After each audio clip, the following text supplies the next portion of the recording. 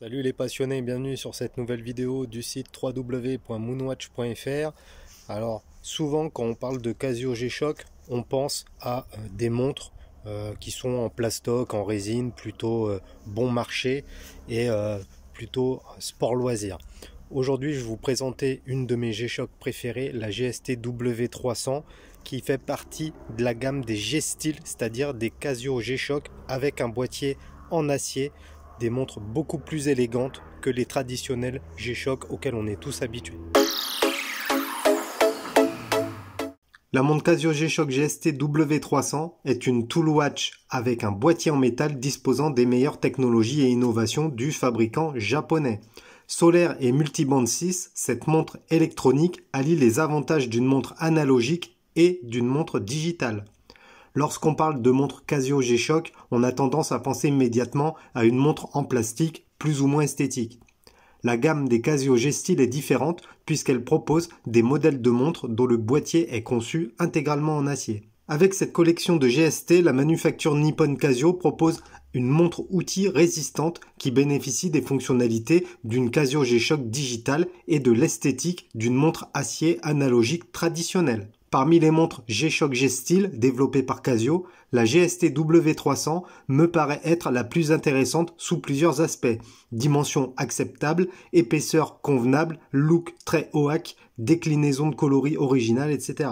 Et contrairement à d'autres références comme ma Casio GW M5610 que j'ai passé en revue, n'hésitez pas à aller voir la vidéo si ce n'est pas encore fait, ou bien comme la Casio GWX 5600, sur laquelle j'ai également fait une vidéo, cette montre est plus originale. Ainsi, il est plus rare de l'observer sur le poignet de votre entourage. Personnellement, je connais personne qui possède une GST W300. Un atout indéniable pour se démarquer un tant soit peu des porteurs de best-sellers Casio.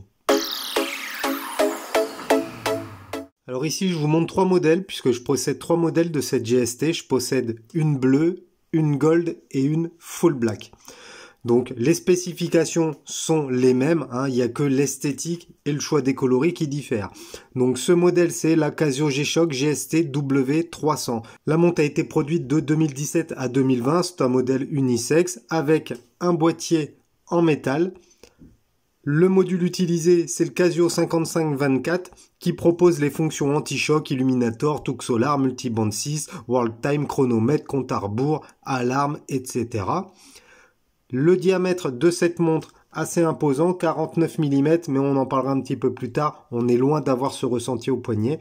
L'épaisseur 15 mm, donc ça peut passer, on arrive sur les épaisseurs qui commencent à parler, 15 mm au poignet c'est quand même assez volumineux, assez épais. Mais comme cette montre ne pèse que 84 grammes, on ne la sent quasiment pas au poignet.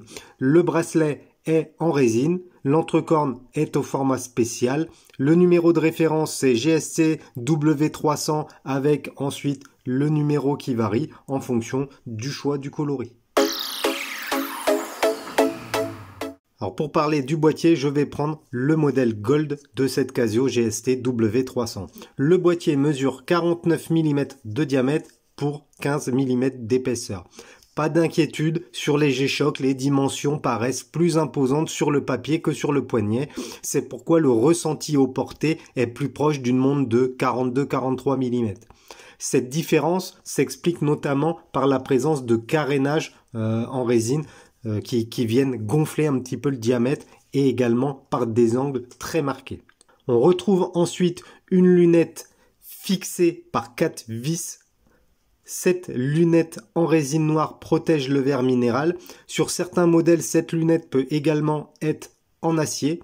Elle est fixée donc par ces 4 petites vis que l'on a assez. Elle est donc fixée par 4 vis que l'on retrouve ici. Et sur le modèle Gold, l'écriture est également de couleur dorée. Alors que sur d'autres modèles, par exemple sur la Full Black, l'écriture n'est pas marquée plus que ça. On notera les inscriptions G-Shock et Shock Resist à 12h et à 6h. L'intégration et le look de la lunette correspondent parfaitement au style que Casio a souhaité donner à cette G-Style. Pour continuer, on retrouve 4 boutons poussoirs d'assez grande taille, beaucoup plus accessibles que sur une GW, par exemple, et du coup c'est plutôt une bonne chose parce que on va réussir à les actionner assez facilement. On ne peine pas à utiliser ces boutons. Ils sont disposés traditionnellement à 2, 4, 8 et 10 heures. Si vous possédez déjà une G-Shock, vous ne serez pas dépaysé. Enfin, on va retrouver un fond de boîte vissé par 4 vis avec une gravure G-Shock Resist au centre et la littérature que l'on connaît tous sur les Casio G-Shock. Rien de foufou de ce côté-là. Tout comme pour le boîtier, le cadran et les coloris de cadran changent en fonction du modèle et du coloris du modèle que vous avez. Par exemple, les index de la bleue vont être bleus, les index de la gold vont être gold, etc. Idem pour les aiguilles. En plus de ça, on peut avoir l'affichage positif ou négatif. Donc, premièrement, le cadran permet à la fois un double affichage digital et analogique. C'est-à-dire qu'on a à la fois des aiguilles et des écrans digitaux qui affichent des informations. Pour la lisibilité, franchement, ça aurait été difficile de faire mieux. On retrouve à l'intérieur 3 sous-cadrans disposés en 3, 6, 9 et utilisés dans les différents modes proposés par le module emboîté. Des index métalliques viennent marquer chaque heure. Ils s'intègrent parfaitement sur le cadran noir. Deuxièmement, on va retrouver un réo qui distingue les minutes.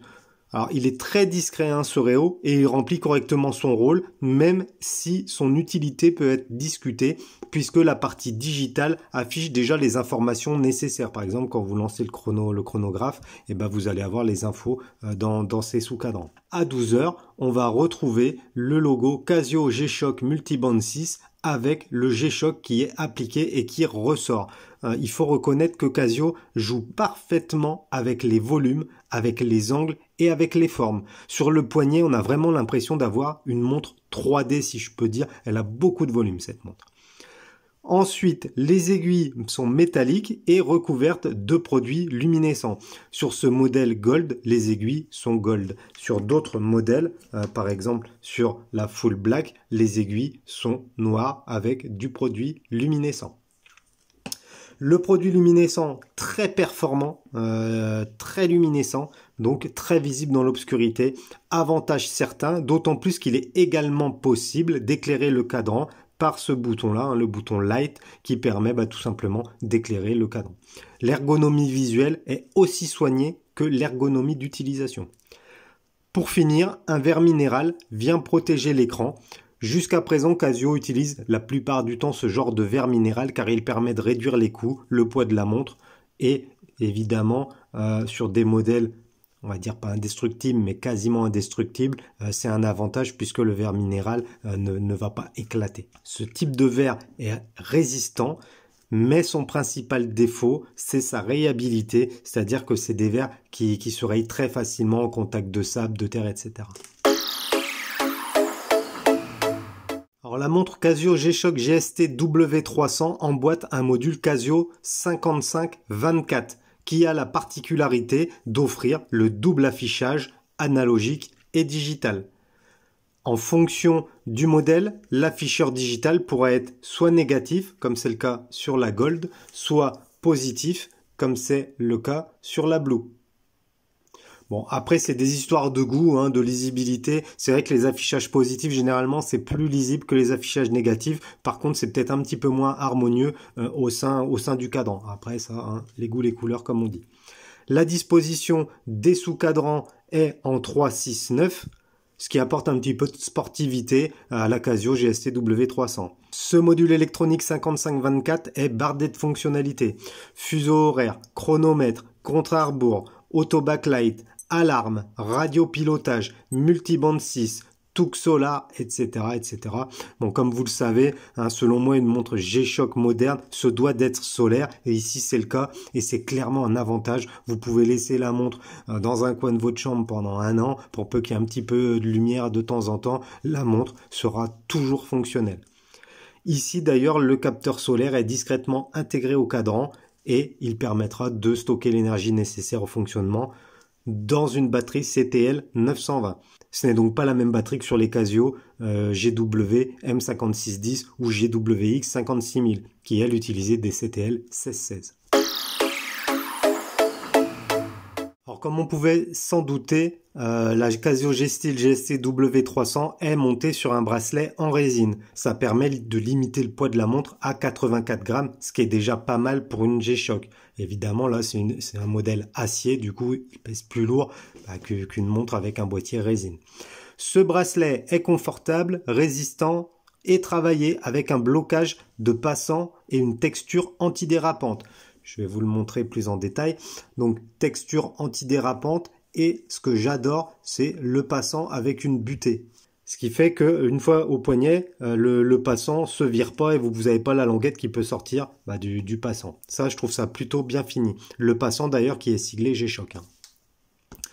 Au poignet, cette GST W300 est vraiment confortable. D'ailleurs, c'est pour ça que je me suis fait une collection de GST W300 en plusieurs coloris. Malgré les 15 mm d'épaisseur, on n'est pas du tout dans une montre désagréable. Au porté, franchement, elle est très très sympa. Le rendu, j'ai l'impression d'avoir une 43 mm et l'épaisseur plutôt une 13 qu'une 15 mm. C'est vraiment une des Casio G-Shock les plus agréables à porter que je possède. Le rendu sur l'avant-bras est plaisant et une fois la boucle hardillon fermée, la montre ne paraît plus si épaisse que ça. Visuellement, l'alliance du métal et de la résine, c'est très harmonieux. Les angles du boîtier donnent une sensation vraiment de qualité. On n'a pas l'impression de porter une G-Shock bas de gamme. De toute façon, c'est pas une montre bas de gamme, hein, qu'on soit d'accord tout de suite là-dessus. Mais on n'a pas l'impression de porter une G-Shock tout en résine. On a vraiment l'impression d'avoir une montre à part entière, quasiment comme une montre sportive classique des gammes pro des marques qu'on connaît tous. Concernant le changement de bracelet, seuls les modèles de bracelets compatibles GST W300 pourront être installés puisque l'entrecorne est dans un format propriétaire. Alors sur certains sites chinois bien connus, vous trouverez facilement des bracelets en acier ou en cuir pour des tarifs qui évoluent entre 20 et 60 euros. Je vous déconseille de prendre des bracelets acier parce que ça va rajouter du poids. Ce serait vraiment dommage de pénaliser cette montre qui est juste géniale. Bon, c'est pas ma première revue de Casio G-Shock que je fais sur la chaîne, donc vous êtes habitués maintenant. Les Casio G-Shock sont livrés la plupart du temps dans la fameuse boîte métallique Casio G-Shock. À l'intérieur de cette boîte, vous retrouverez le pavé par rapport à l'utilisation du manuel et c'est à peu près tout. C'est le moment parfait pour vous rappeler de vous abonner à notre chaîne et de mettre un pouce, d'activer la cloche si c'est pas encore fait. Comme ça, vous recevrez les notifications de nos prochaines vidéos. C'est totalement gratuit et ça aide la chaîne. Alors, le petit pouce et l'abonnement. Merci les amis. Concernant la disponibilité de cette montre Casio G-Shock, c'est plus compliqué. La montre n'est plus produite depuis quelques années et elle a été remplacée par d'autres références, mais ces nouveaux modèles sont largement moins intéressants tant sur le design que sur les fonctionnalités. Les montres sont plus grosses, plus épaisses, elles apportent aucune nouvelle fonctionnalité, la disposition des sous-cadrans est beaucoup moins harmonieuse. Franchement, cette GST W300, c'est clairement pour moi le hit de la gamme des Casio G-Style. À sa sortie, le tarif avoisinait les 250 euros, ce qui reste un tarif important pour une montre Casio G-Shock. On va pas se mentir, la gamme des G-Style est toujours plus onéreuse en raison du coût des matières premières utilisées. À l'heure actuelle, le seul moyen pour acheter une GST W300, ça va être de s'orienter vers les plateformes de vente de montres d'occasion. Faut savoir que c'est facilement trouvable, vous n'aurez pas de mal à trouver des Casio GST W300. Par contre, elles sont assez chères puisque c'est un modèle qui est juste dingue, très qualitatif, vraiment très belle finition. Et ces GST W300 sur le marché gris, vous les aurez entre 180 et 300 euros. Oui, 300 euros, donc plus cher que le prix de sortie. Pourquoi? Parce que la montre est assez demandée, parce que la montre n'est plus produite et certains vendeurs japonais d'ailleurs disposent encore de stock de montres neuves, les NOS, les New Old Stock, ce qui permet de les avoir carrément neuves. Par contre, le prix est assez élevé et en plus, vous allez avoir des frais d'importation si vous achetez en dehors de l'Union européenne. Alors si je devais choisir une seule Casio G-Shock, ce serait sans hésitation cette GST W300. Pourquoi? Par rapport à d'autres références de la marque, elle est plus fine et sur le poignet, elle pose superbement bien. En plus, c'est une montre qui possède toutes les fonctionnalités qui m'intéressent sur une montre. Un chrono, une alarme, le solaire, l'anti-choc et le multiband 6 qui permet d'avoir une montre toujours précise. D'ailleurs, c'est pour ça que j'ai une collection de plusieurs modèles. J'achète rarement plusieurs fois le même modèle de montre, mais cette Casio G-Shock est vraiment agréable à porter. Visuellement, j'adore le rendu qu'elle a sur mon poignet. C'est un des rares modèles de Casio G-Shock que je peux porter sans m'enlacer et pour faire à peu près toutes les activités. Par exemple, la noire, je m'en sers énormément pour le jardinage. La dorée, je m'en sers plutôt quand je suis de sortie. Et la bleue, je m'en sers plutôt quand je suis au boulot. En plus, je trouve le choix des coloris très intéressant. C'est des modèles métal, donc on va avoir un effet de brillance avec la couleur. Le doré va briller, le bleu va briller. Ça, c'est très intéressant. Ça permet de porter la même montre dans plusieurs circonstances finalement. Elles sont moins onéreuses que les Casio MTG, qui sont le milieu de gamme de Casio, et moins onéreuses que les Casio émergés, où là, on a vraiment le top du top des Casio G-Shock. Spoil alert, vous allez avoir bientôt une revue sur une Casio émergée. Donc abonnez-vous à la chaîne si ce n'est pas fait, ce serait vraiment dommage de rater cette revue. Cette collection de Casio G-Shock GST W300 est une belle entrée dans l'univers des Casio G-Shock en métal.